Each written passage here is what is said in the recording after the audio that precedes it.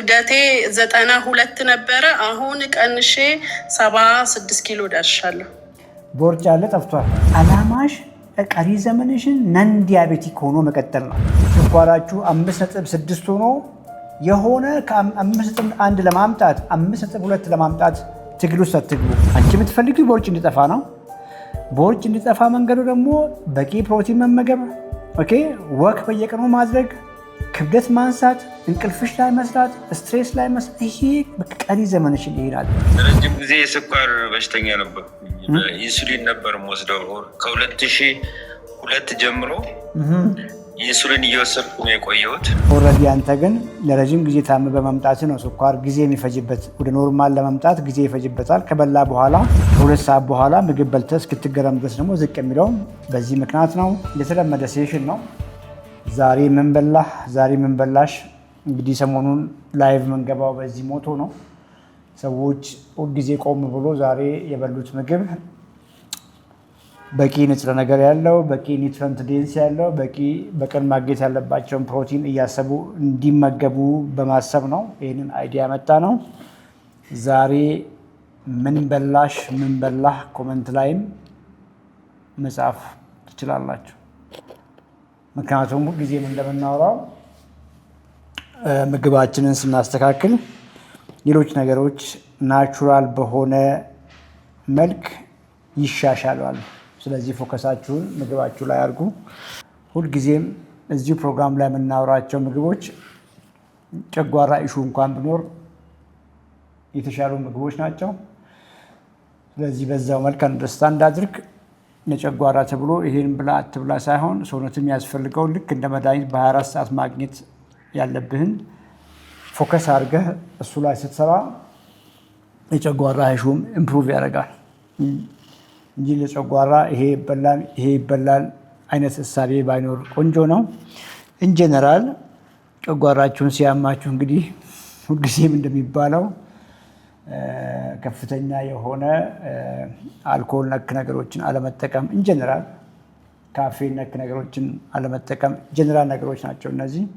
ምግብ ዋይዝ ግን የጨጓራ ኢሹ ኖረ አልኖረ፣ ግፊት ኖረ አልኖረ፣ ስኳር ኖረ አልኖረ፣ ጀነራል የምግብ ፕሪንሲፕል ሁልጊዜም በምናወራው መልክ በቀን ማግኘት ያለባችሁን የፕሮቲን መጠን ለማግኘት ኃይል ሰጪ ምግቦችን መገደብ፣ ያን ፕሪንሲፕል ተከተሉ። እሱን ስትከተሉ ከየትኛውም ሜታቦሊክ ኢሹ እንደገና ደግሞ ከሜታቦሊክ ኢሹ የተለየ አድርጋችሁ ያሰባችሁት ህመሞች በሙሉ ኢምፕሩቭ ያደርጋሉ። ጨጓራ ላይ ከዚህ በፊትም በተለይ ገርድ ላይ አውርተናል።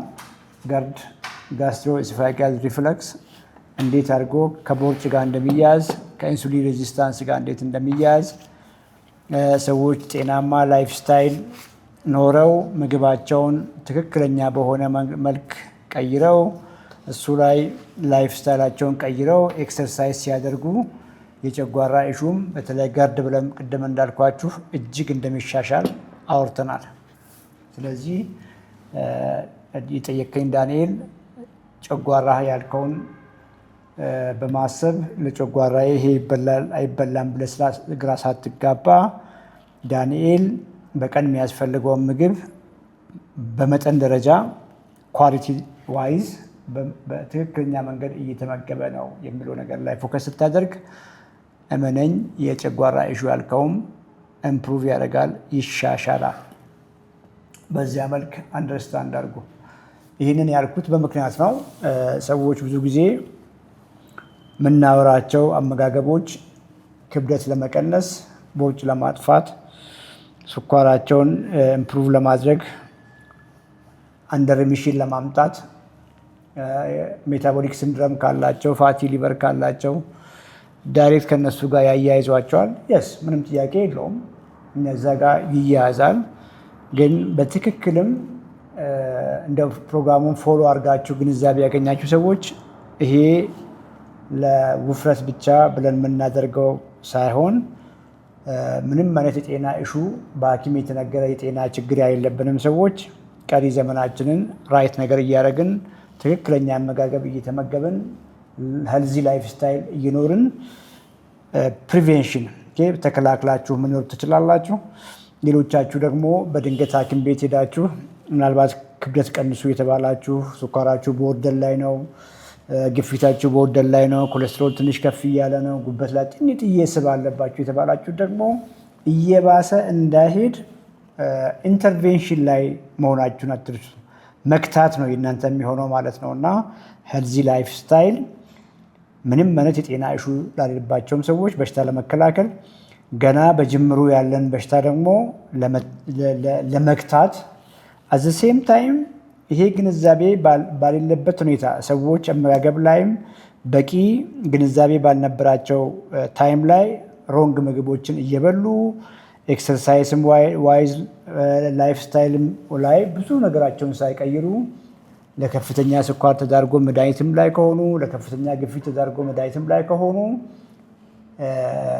ሪስቶር በማድረግ ሲስተማቸውን ከውስጥ ሪስቶር በማድረግ ራይት በሆነ አመጋገብ ላይፍ ስታይል እነዚህን ህመሞች አንደር ሪሚሽን ማምጣት ይቻላል ብለን ነው የምናስበው። ስለዚህ ሁላችሁንም ይመለከታችኋል። ጤነኛ ነን ብላችሁ የምታስቡ ወይንም ደግሞ አሁን በትንሹ ታመናል ወይ ደግሞ ገና በሽታችሁ ቦርደር ላይ ነው እየተባላችሁ ላላችሁ ሰዎች ሁሉ ነገራችሁ ደህና ነው፣ ስኳርም ደህና ነው፣ ኖርማል ውስጥ ነው፣ ኖርማል ሬንጅ ውስጥ ነው፣ ግፊታችሁም ኖርማል ሬንጅ ውስጥ ነው፣ ምንም ጉበት ፋት የለባችሁም፣ ኮሌስትሮላችሁ ኖርማል እንኳን የተባላችሁ ሰዎች እና ፋት ወይም ደግሞ ቦርጭ ያላችሁ ሰዎች ይሄ ፕሮግራም በጣም ክሪቲካል ነው ለእናንተ ማለት ነው። ይሰማሻል? እንዴት አመሸህ ዶክተር? እግዚአብሔር ይመስገን። ይሰማሻል? ይሰማኛል። ሰላም ነው? ደህና ነኝ እግዚአብሔር ይመስገን። ፕሮግራሙን ትከታተያለሽ? እከታተለዋለሁ። በቅርብ ጊዜም ቢሆንም እከታተለዋለሁ። አመጋገብሽን ለመቀየር ሞከርሽ?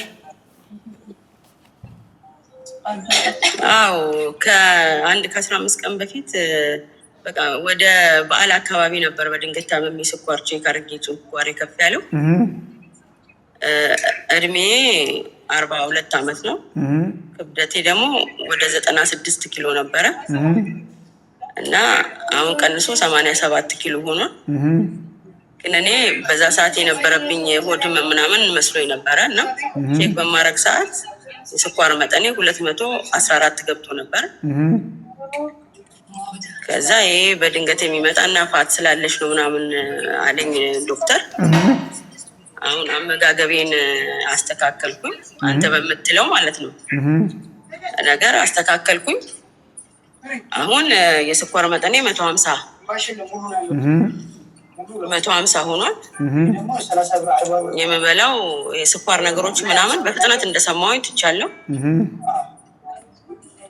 እና ክብደቴ 87 ነው።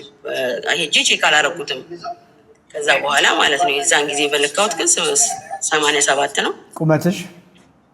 አመጋገቤን እንግዲህ ብዙውን አስተካክያለሁ ብዬ አስባለሁ። እንግዲህ ቁመትሽ?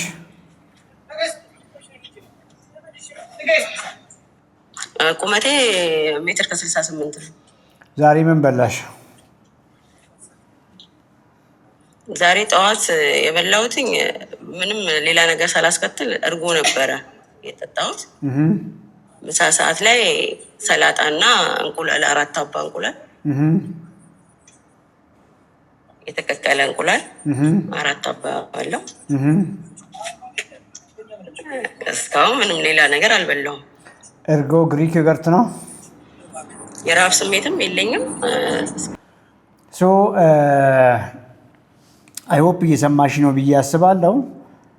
ዛሬ ያደረግሽው ነገር ሮንግ ነው። ይህም ፕሮግራም በትክክል የሚከታተሉ ሰዎች ለምን ሮንግ እንዳልኩሽ ያውቃሉ። በቂ ምግብ አልተመገብሽም። በዚህ መልክ የቀነስሽው ሰውነት ስብሽን ሳይሆን ሞር የራስሽን ጡንቻ የራስሽ የሆነ ሰውነት ያጣሹ። በቂ ፕሮቲን እየተመገብሽ አይደለም። ስኳር በዚህ መልክ ሊሻሻል ይችላል። ስኳርን ግን አሁን በጀመርሽው መልክ መቀልበስ ከባድ ነው የሚሆነው። ስለዚህ ምግብሽን አሻሺ። ማገዝ ካለብን እናግዝሻለን።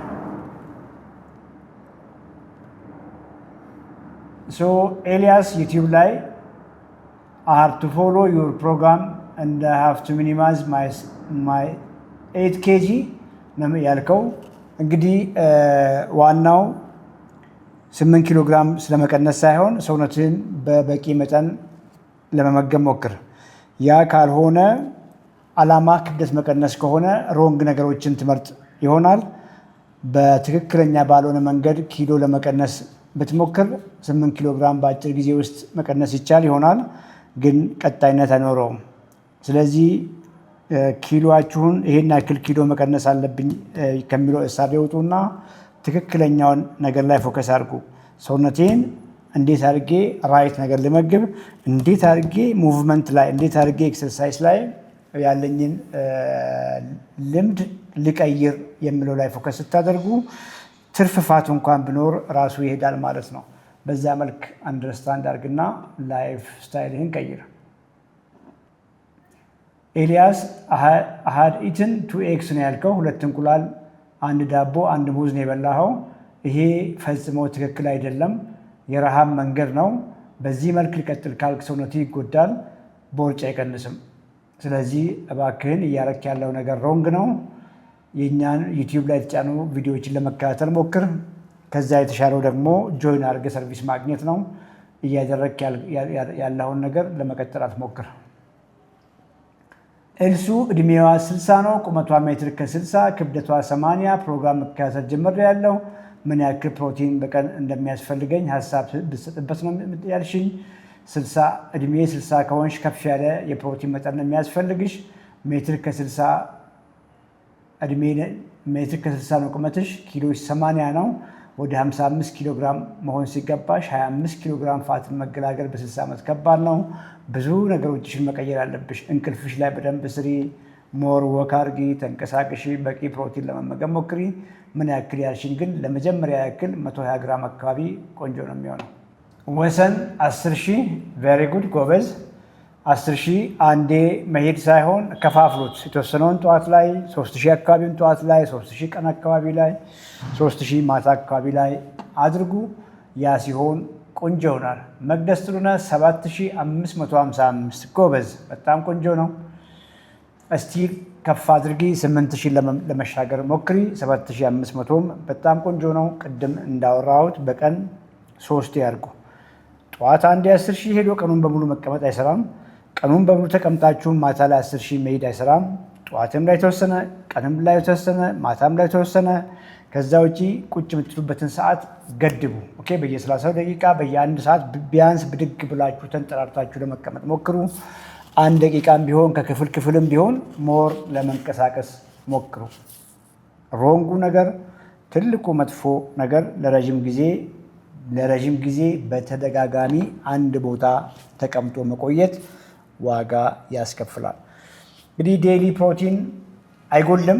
በደንብ ግንዛቤውን ያገኛችሁ ሰዎች በቀን መመገብ ያለባችሁ ፕሮቲን እንደማታጎሉ ሁሉ በየቀኑ ሙቭመንት ክሪቲካል ነው። በየቀኑ እዝራ 16,500 ሊሚት አርግ። እዝራ ኢነርጂህን ክብደት ለማንሳት ብትጠቀም ቆንጆ ነው። ከ8,000 እስከ 10,000 እርምጃ በቂ ነው። 16,500 ትንሽ ከፍ ያለ ይመስለኛል። ሊሚት ለማድረግ ሞክር።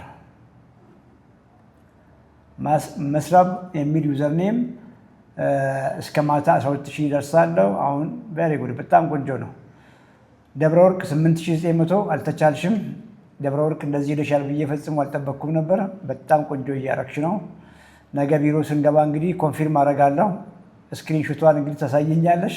ደብረ ወርቅ ስታፌ ናት። 12,500 እያየሁ ነው። በጣም በጣም በጣም ቆንጆ ነው። አይ ሆፕ የሆነ ኢንፎርሜሽን እያገኛችሁ ነው ብዬ አስባለሁ። ቢኮዝ ልክ ሞር መንቀሳቀስ ሲጀምሩ፣ ሞር ወክ ማድረግ ሲጀምሩ የተሻለ ጤንነት ነው የሚሰማችሁ። በተቻላችሁ መጠን የግድ አስቸጋሪ ሁኔታ እስካየለ ድረስ በዝናብ ምክንያት በተለያየ የአየር ሁኔታ ከቤት መውጣት እስካልቻላችሁ ድረስ ቤት ላይ ማሽን ላይ ወክ ከምታደርጉ ደጅ ሜዳ ላይ ማድረጋችሁ ብዙ የጤና ጥቅም አለው። ሜዳ ላይ ደጅ ላይ ሞር ወክ ለማድረግ ሞክሩ። በተለይ ለረዥም ጊዜ ወክ አድርጋችሁ የተሻለ ጤንነት የሚሰማችሁ ሰዎች በሳምንት 2 ቀን የፍጥነት ወክ ለማድረግ ሞክሩ። የፍጥነት ወክ ዞን 2 ትሬኒንግ የሚባለው ነው። በተለይ ሰውነታችሁ ላይ ጡንቻችሁ ላይ ያሉት ሚቶኮንድሪያዎች መጠናቸው ብዛታቸው ብዙ እንዲሆን ያግዛችኋል። ዞን 2 ትሬኒንግ እንግዲህ በየቀኑ 10,000 እርምጃ መሄድ አለ። ከተወሰነ ጊዜ በኋላ በተለይ 4 ወር 5 ወር እንደዚህ ወክ አድርጋችሁ የተሻለ ፊትነስ የሚሰማችሁ ሰዎች ቢያንስ በሳምንት 2 ቀን ቀኖቹን ሳታከታትሉ ከ30 እስከ 1 ሰዓት ያልተቋረጠ ፍጥነት ያለው ወክ ለማድረግ ሞክሩ። በደንብ ሪኮምፕ አድርጋችሁ ጡንቻ ገንብታችሁ ከፍ ያለ ጤና ሌቭል ያላችሁ ሰዎች ቢያንስ በሳምንት 2 ቀን ስፕሪንት አድርጉ። ፍጥነት ያለው የአጭር ርቀት ሩጫ ማለት ነው። ያን ሜዳ ላይ ማድረግ ትችላላችሁ። ያን ቤታችሁ ውስጥ በጂም ማሽን ላይ ማድረግ ትችላላችሁ። ያን የፍጥነት ኤክሰርሳይዝ በመሮጫ ማሽን ላይ ማድረግ ትችላላችሁ። ያን ደግሞ በሮይንግ ማሽን ያላችሁም ልክ እንደዚህ እንደ ጀልባ የሚቀዘፍ ቤት ውስጥም ሊኖራችሁ ይችላል። በሱም ማድረግ ትችላላችሁ። ያንን ደግሞ በፍጥነት ውሃ ውስጥ እየዋኛችሁ መሞከር ትችላላችሁ። ይሄ ሃይ ኢንቴንሲቲ ኢንተርቫል ትሬኒንግ የምንለው ማለት ነው። ኮር ነገሮች ላይ ፎከስ አድርጉ። ብዙ ጊዜ ስፖርት ሲባል ጂም ቤት ነው አእምሯችሁ ላይ የሚመጣው። ጂም ቤት ደግሞ ማሽን ላይ መሮጥ ነው አእምሯችሁ ላይ የሚመጣው። ካርዲዮ ፈጽሞ ትክክል አይደለም። ካርዲዮ ስትሬስፉል ነው። ምናልባትም ለትሬኒንግ ለኮምፒቲሽን ወጣቶቹ ማሽን ላይ እየሮጡ ከሆነ ለእነሱ ትክክል ሊሆን ይችላል። በተለይ ከፍ ያለ እድሜ ላይ ያላችሁ ሰዎች ወክ ላይ ፎከስ አድርጉ። ቅድም እንዳልኳችሁ በሳምንት የተወሰነ ቀን የፍጥነት ወኮች ላይ ፎከስ አድርጉ። የጠነከረ ሰውነት የገነባችሁ ሰዎች ደግሞ ስፕሪንት ሞክሩ፣ ተጨማሪ ማለት ነው። እና ስፕሪንቱን በየቀኑ ሳይሆን በሳምንት 2 ቀን 3 ቀን በቂ ነው። ግድ ዩቲዩብ ላይ ጥያቄ እየመለስኩ ነው። ቲክቶክም ላይ ኮመንት ላይ ጥያቄያችሁን አስቀምጡልኝና ሰብሰብ አድርገን እያወራንበት እየመለስን እንሄዳለን። ሀቢባ ጾሜ ማታ ምን ብበላ ይሻለኛል? እንግዲህ ሀቢባ እየጾምሽ ያለሽው ለእምነት ከሆነ ኮመንት የለኝም። ዋናው በተለያየ ምክንያት የምትጾሙ ሰዎችም ቢያንስ በ24 ሰዓት ጊዜ ውስጥ ማግኘት ያለባችሁን በቂ ምግብ ለመመገብ ሞክሩ። ሰውነታችሁን ስታጎሉ በቂ ነገር ሰውነት የሚፈልገውን በበቂ መጠን የማትመግቡ ከሆነ ብዙ ነገር ነው እየጎደለ የሚመጣው። ለመቀነስ የሚለውን እሳቤ አንሺ። ዌይት ሎስ የሚባለውን እሳቤ አንሱና በደንብ በበቂ መጠን ኳሊቲ ነገር ትክክለኛ ምግብ መመገብ ያለበት ሰውነት አለ ብላችሁ የምግባችሁ ኳሊቲ ላይ በቀን ማግኘት ያለባችሁ ኳሊቲ ምግቦች ላይ ፎከስ ስታደርጉ ፋት ራሱ ይሄዳል። አእምሯችሁ ላይ መቀነስ፣ ክብደት መቀነስ የሚለውን ነገር አንሱ ፕሊዝ። የተሻለ ነገር መመገብ ብላችሁ ያስቡ። የተሻሉ ምግቦች፣ ጤናማ ምግቦች በተለይ ማክሮዋይዝ የፕሮቲን ቤዝ ኮር አድርጋችሁ ዋናው ምግባችሁን ፕሮቲን አድርጋችሁ ኃይል ሰጪ ኳሊቲ ምግቦችን ደግሞ በፕሮቲን ዙሪያ እንደየጤናችሁ እየተቆጣጠራችሁ የምትመገቡ ከሆነ ፈጽሞ ክብደት አትጨምሩም። ፈጽሞ ስባችሁ ላይ ስብ አይጨምርም። ስለዚህ ክብደት መቀነስ አለብኝ ብሎ የሚያስብ ሰው ይጾማል፣ ራሱን ይቀጣል፣ በምግብ ራሱን ያስርባል፣ የምግቡን ኳሊቲ አያሻሽልም። በፊት መመገባቸው ምግቦች ትንሽ ትንሽ እያደረገ መመገብ ይጀምራል። በዛ የተነሳ ሰውነቱን ነው የሚያጣው፣ ጡንቻውን ነው የሚያጣው። ኦርጋኖቹ ሰፈር ያደርጋሉ። እነ ጡንቻ እነ አጥንት ኦርጋኖች በሙሉ ሰፈር ያደርጋሉ። ሲስተሙ ሰፈር ያደርጋል። ሆርሞኖቹ ይዛባሉ። ስኳር በዚያ መልክ ለመቀነስ የሚሞክር ሰው ፈጽሞ ስኳሩን መቀልበስ አይችልም። ምክንያቱም ጡንቻውን ነው የሚጎዳው። መጀመሪያውኑ ዲያቤቲክ የሆነ ሰው ዲያቤቲክ የሆነው ጡንቻውን እየጎዳ በመምጣቱ ነው። አሁንም በሮንግ መንገድ ሄዶ ጡንቻውን ሞር በሚጎዳበት ጊዜ ከስኳር ፈጽሞ ሊገላገል አይችልም። ስኳር ይሻሻል ይሆናል፣ ፈጽሞ ግን መቀልበስ አይችልም። በዚያ መንገድ የሄደ ሰው መቀጠል አይችልም። ከጊዜ በኋላ እነዛኑ ምግቦች ብዙ መብላት ይጀምራል። በሚያሳዝን መልኩ ከበፊቱ በላይ ቦርጫም ነው የሚሆነው። ይህንን ከዚህ በፊት የገጠማችሁ ሰዎች ካላችሁ ኮመንት ላይ ጻፉልኝ። ዳይቲንግ ትሞክራላችሁ፣ በተለያየ መልክ ወይ ጾም ውስጥ ምግብ ትንሽ ትንሽ በመብላት ራሳችሁን ትቀጡና 10 ኪሎ፣ 15 ኪሎ፣ 20 ኪሎ ግራም ትቀንሳላችሁ። ሰውነታችሁ እምቢ ይላችኋል፣ ረሃብ ያሰቃያችኋል፣ ይደክማችኋል፣ ፀጉራችሁ ይረግፋል፣ ቆዳችሁ ይጎዳል፣ ጡንቻችሁ፣ ሰውነታችሁ ይጎዳና መልሳችሁ ትበላላችሁ። መልሳችሁ ስትበሉ ደግሞ ከመጠን በላይ ፋት ነው፣ በፊቱ በላይ ነው የምትጨምሩት። ይሄ የሚሆነው በረሃብ ወቅት ለረጅም ጊዜ በመቆጾም በሞከራችሁት መንገድ ሰፈር ያደረገው የእናንተ ጡንቻ ነው። ጡንቻ ሰፈር ሲያደርግ ሲጎዳ ሜታቦሊዝም ታች ነው የሚወርደው። ሰውነት ሰርቫይቭ ማድረግ ስለሚጀምር ሜታቦሊዝም ይቀንሳል። ፋት በርኒንግ ኢነርጂውን ኮንዘርቭ ያደርጋል። ማቆየት ይፈልጋል ነው እያልኳችሁ ያለሁት። ልክ መመገብ ስትጀምሩ ደግሞ ኦልሬዲ የእናንተ ሜታቦሊዝም ዲክላይን አድርገዋል። ታች ነው ያለው። ጡንቻችሁን አታችኋል። ፋታችሁ ከመጠን በላይ ይጨምራል። በሚያሳዝን መልኩ ያጣችሁትን ጡንቻ ደግሞ መገንባት ከባድ ነው የሚሆነው። በዚህ መልክ የሞከረ የለም ከእናንተ? በዚህ መልክ ሞክሮ ዋጋ የከፈለ አንዴ መቀነስ አንዴ መጨመር በዚህ ዥዋዥዌ የኖራችሁ ሰዎች ካላችሁ አንድ ቁጥር ጻፉልኝ። ብዙዎቻችሁ በዚህ መንገድ ነው የኖራችሁት ብዬ አስባለሁ። ግፊት ሊመጣብኝ ነው ምን ላድርግ? ኤስ መጥቶብሃል። 145/80 ምን እስኪሆን ነው የጠበቅ ያለው? ግፊት 120 በ80 በታች ነው መሆን ያለበት።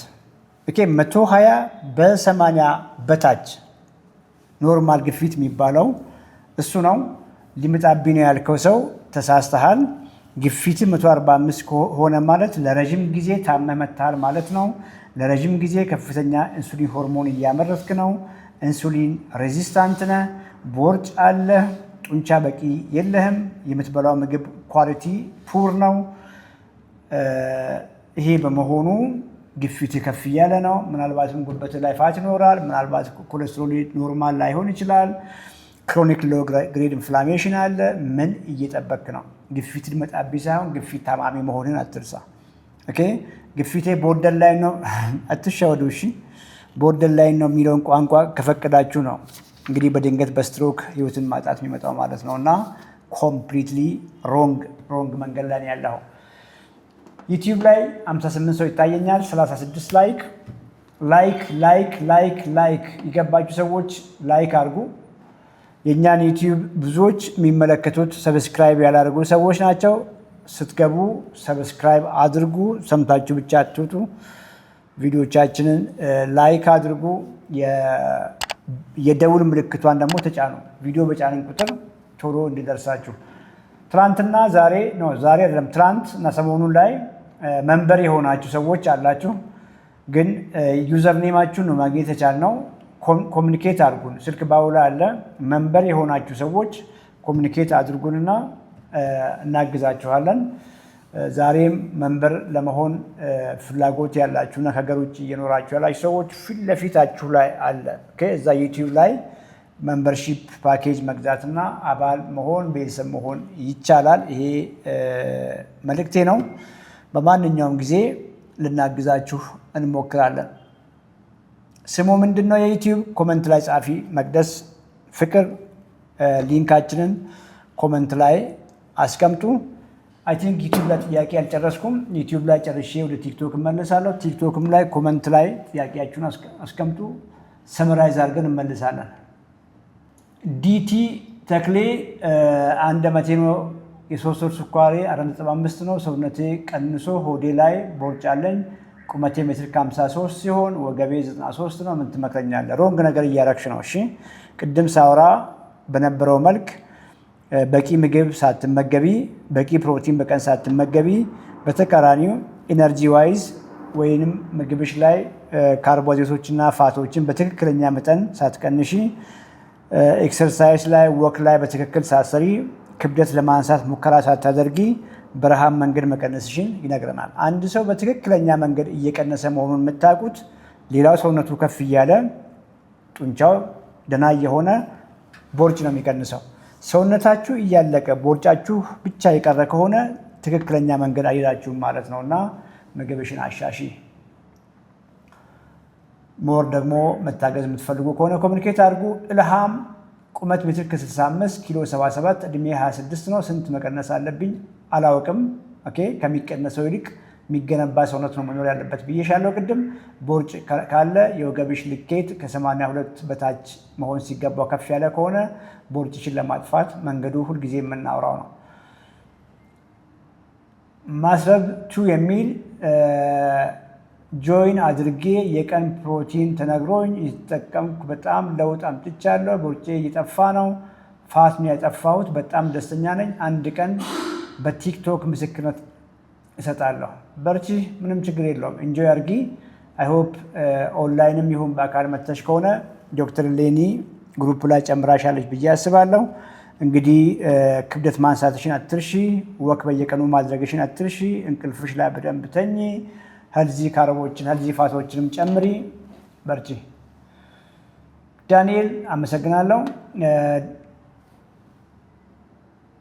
አንተነህ ዶክተር ምስጋና ይድረስ እላለሁ። የአንተን ምክር በመከታተል ከግፊት ያለ መድኃኒት አስተካከልኩ። ቦርጭ ነበረኝ ጠፋ። ፕሮቲን በቂ ይጠቀማለሁ፣ ግን የጉልበት ስራ እሰራለሁ።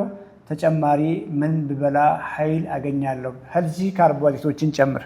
ኦኬ ኤግዛክትሊ ምን ያክል ብሎን ነገር ማወቅ ባልችልም ዳታን በውስጥ እንፈልጋለን። ግን በቂ ፕሮቲን የተመገብክ ከሆነ ከአትክልቶች ትንሽ ከፍ በል። ፍራፍሬ፣ ጥራጥሬ፣ ስራስሮችን እነ ድንችን እነ ራይስን እነዚህን ለመጨመር ሞክር።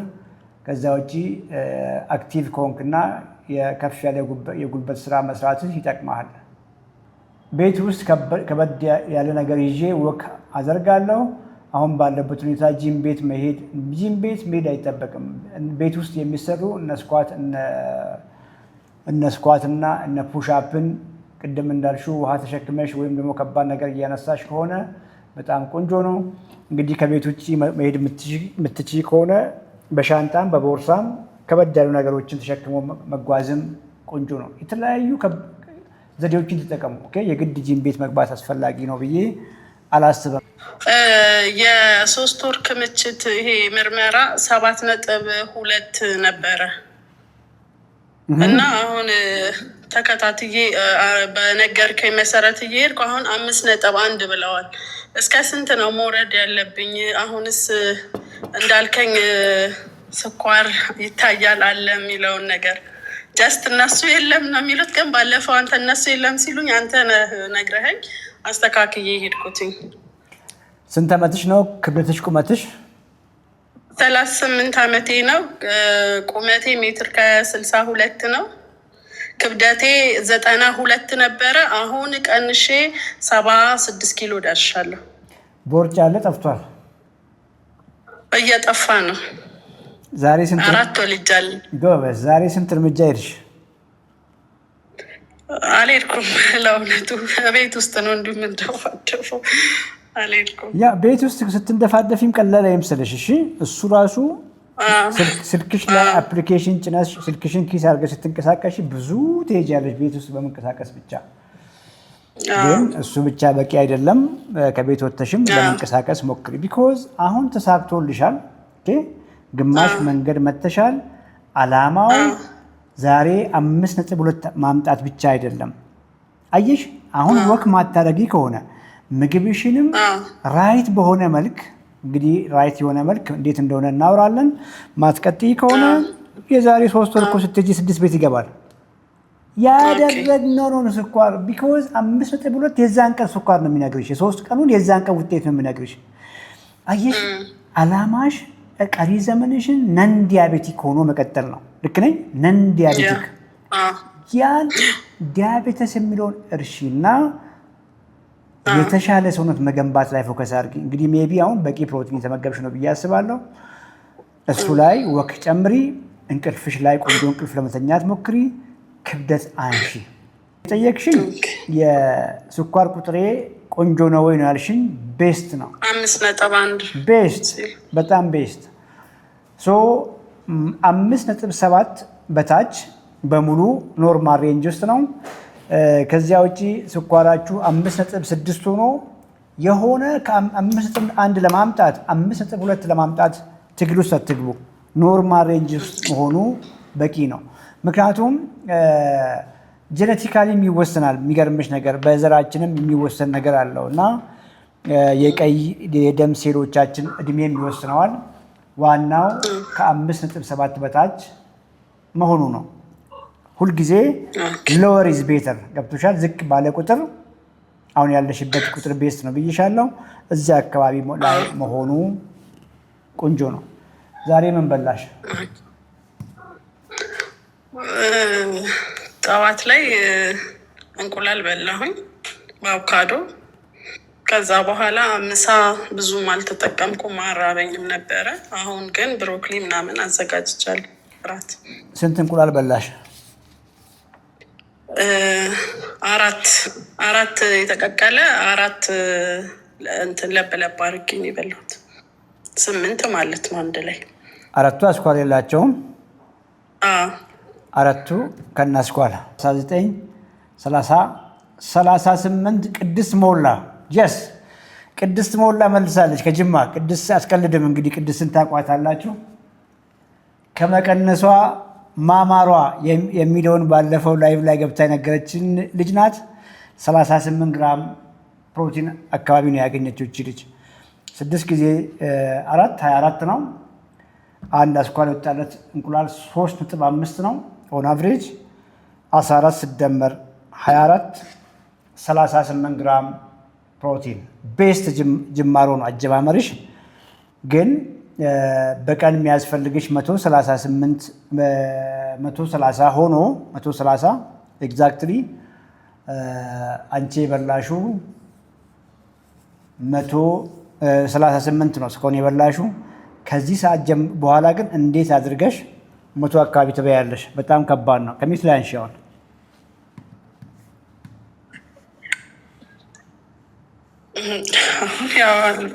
አየሽ አይደለ? እሱ ነው የምልሽ እኮ አሁን ስላራበሽ ሊሆን ይችላል። ረሃብ ብዙ ጊዜ የለም። ጠዋት እንደዛ ስትበይ ሰውነትሽ እንደሱ አያውቅም ነው እያልኩ ያለሁት። እና እንደምንም ኦኬ 130 ግራም ፕሮቲን ለማግኘት ሞክሪ። ምሳሽም ላይ ራትሽም ላይ አሻሺ። ሌላው ነገር ደግሞ ከአትክልት ጋር ነው እየበላሽ ያለሽው።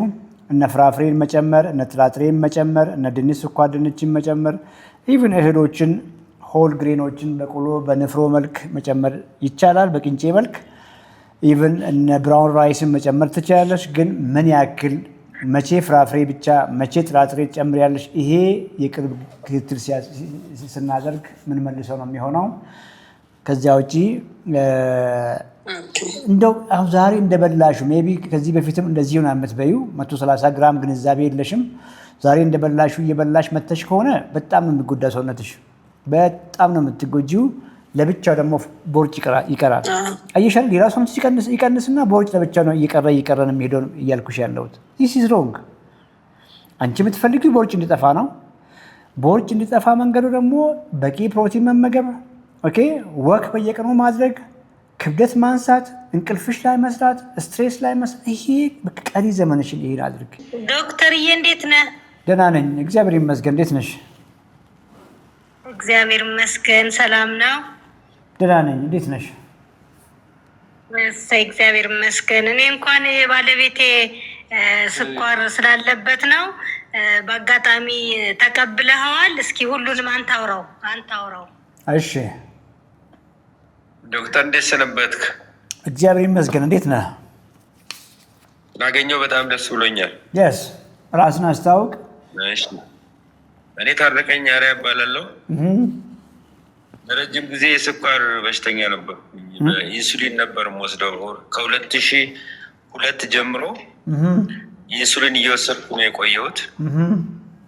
ግን በአጋጣሚ አንተን የዛሬ 5 ወር አካባቢ አግኝቼ በዚህ በስልኬ እየተከታተልኩኝ አንተ ባልከው መንገድ ራሴን ሞዲፋይድ አድርጌ እየተጠቀምኩ ነው እና 5 ወር ነው።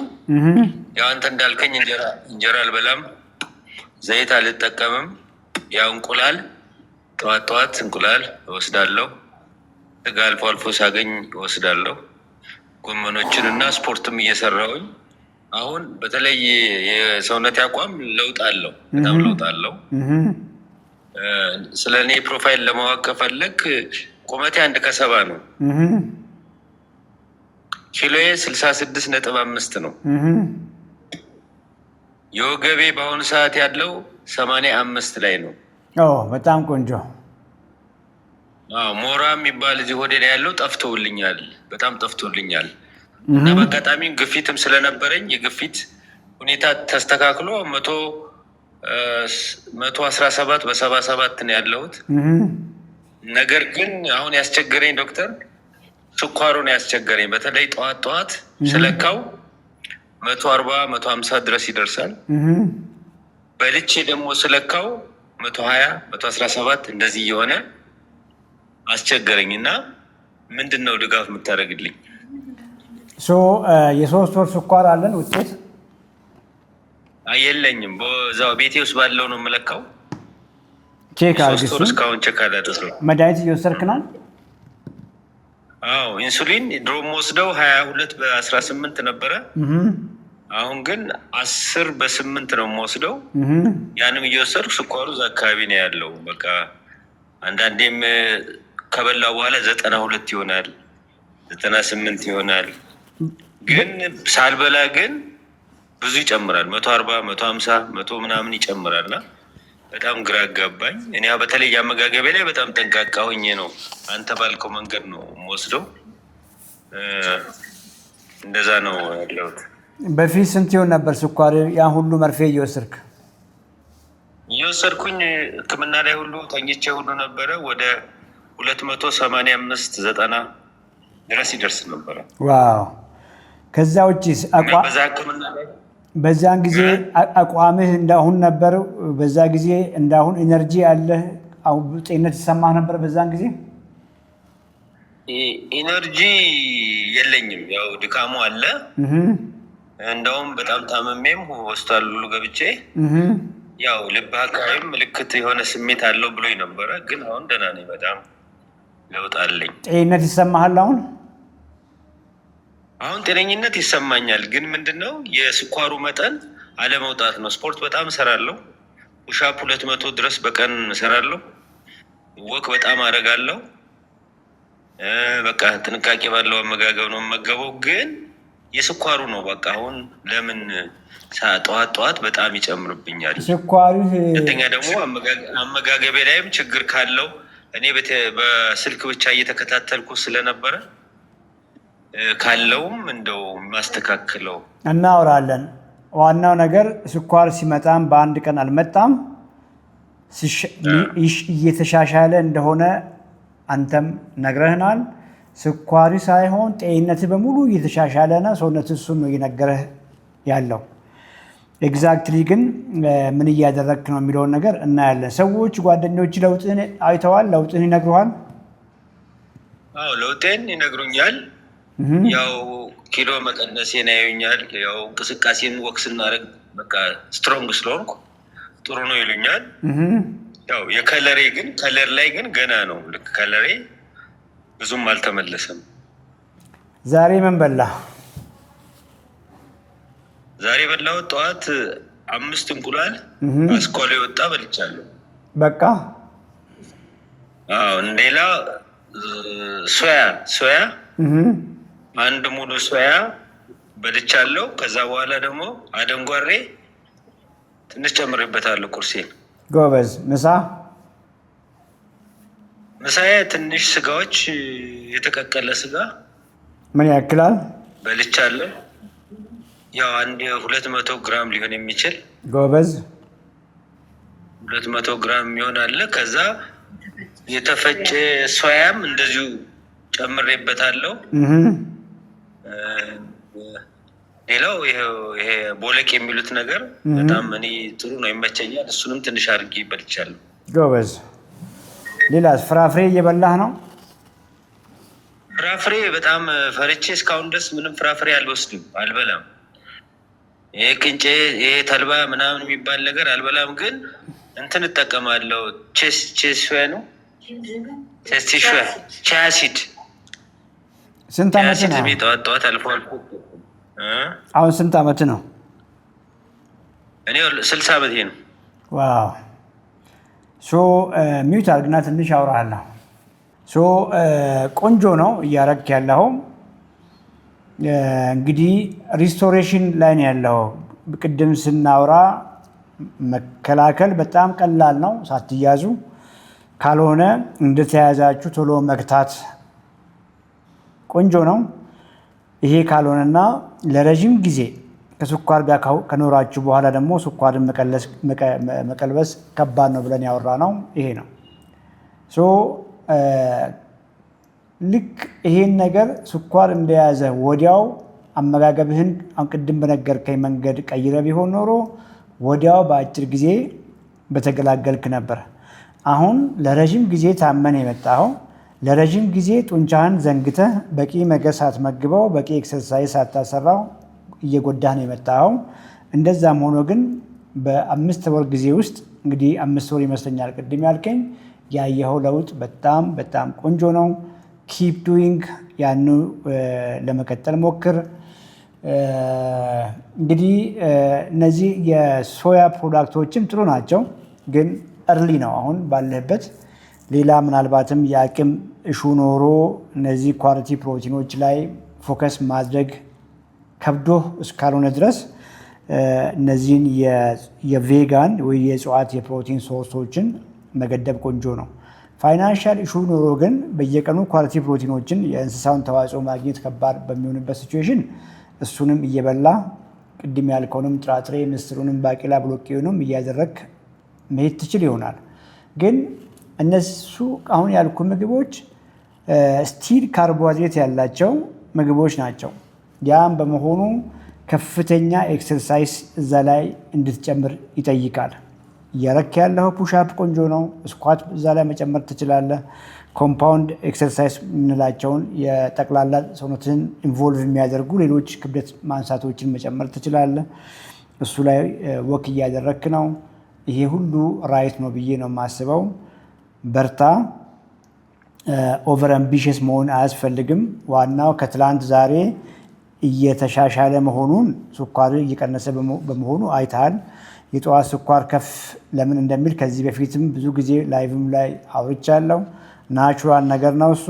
ኦልሬዲ አንተ ግን ለረጅም ጊዜ ታም በመምጣት ነው ስኳር ጊዜ የሚፈጅበት። ወደ ኖርማል ለመምጣት ጊዜ ይፈጅበታል። ከበላ በኋላ ዝቅ የሚለው በዚህ ምክንያት ነው። ጠዋት ፋስቲንግ ከፍ ይላል። ከ2 ሰዓት በኋላ ምግብ በልተህ እስክትገረም ድረስ ደግሞ ዝቅ የሚለው በዚህ ምክንያት ነው። በርትተህ ከዚህ በላይ ጡንቻ እየገነባ ስትሄድ ከዚህ በላይ ውስጥ ላይ የተደበቀ ቪዝራል ፋት ጮማ ነው እያልኩ ያለሁት፣ ቦርጭ ነው የለኝም ብለኸኛል። ስቲል ግን ውስጥ ላይ ዙሪያ ላይ የተደበቁ ትርፍ ፋቶች አይጠፉም። ቢኮዝ በቂ ጡንቻ እስካልገነባን ድረስ ለረጅም ጊዜ የቆየን ቦርጭ በ5 ጊዜ ውስጥ ማጥፋት ከባድ ነው። ለዚያውም አሁን እየበላ ባለው መንገድ ማለት ነው። እና ትልቁ ነገር የመጨረሻ የምነግርህ መንገዱ ይሄው ነው። ሁልጊዜ ግን አድርግ። አንዴ እያደረጉ አንዴ ያለማድረግ አይቻልም። ተስፋ ቆርጦ ወደኋላ መመለስ አይታሰብም። ቢኮዝ ወደኋላ ስትሄድ የሚጠብቁ ምግቦች በፊት ስኳርን 200 የሚያስገቡ እና ለረጅም ጊዜ ከስኳር ጋር እንድትኖር ያደረጉ ምግቦች ናቸው። በሳምንት 2 ቀንም ቢሆን የውቅያኖስ አሳዎችን እነ ሰርዲን እንደዚህ አይነት ነገሮችን ለማግኘት ሞክር። ሄልዚ ፋት የምንለውን ነገር ስለሚሰጡ አቮካዶ እስከ ግማሽ እስከ 1 ምንም ችግር የለውም። እሱንም በየቀኑ ለማግኘት ሞክር። እነ ተልባን እነ ቺያሲድ ያልካቸውም ቆንጆ ናቸው። እንጆይ አድርግ። ማገዝ ካለብን መተህ እያንዳንዱን ነገር ተቀብለን እናግዝሃለን። በርታ ዶክተርዬ። እናመሰግናለን። እግዚአብሔር ይስጥህ። ተባረክልን።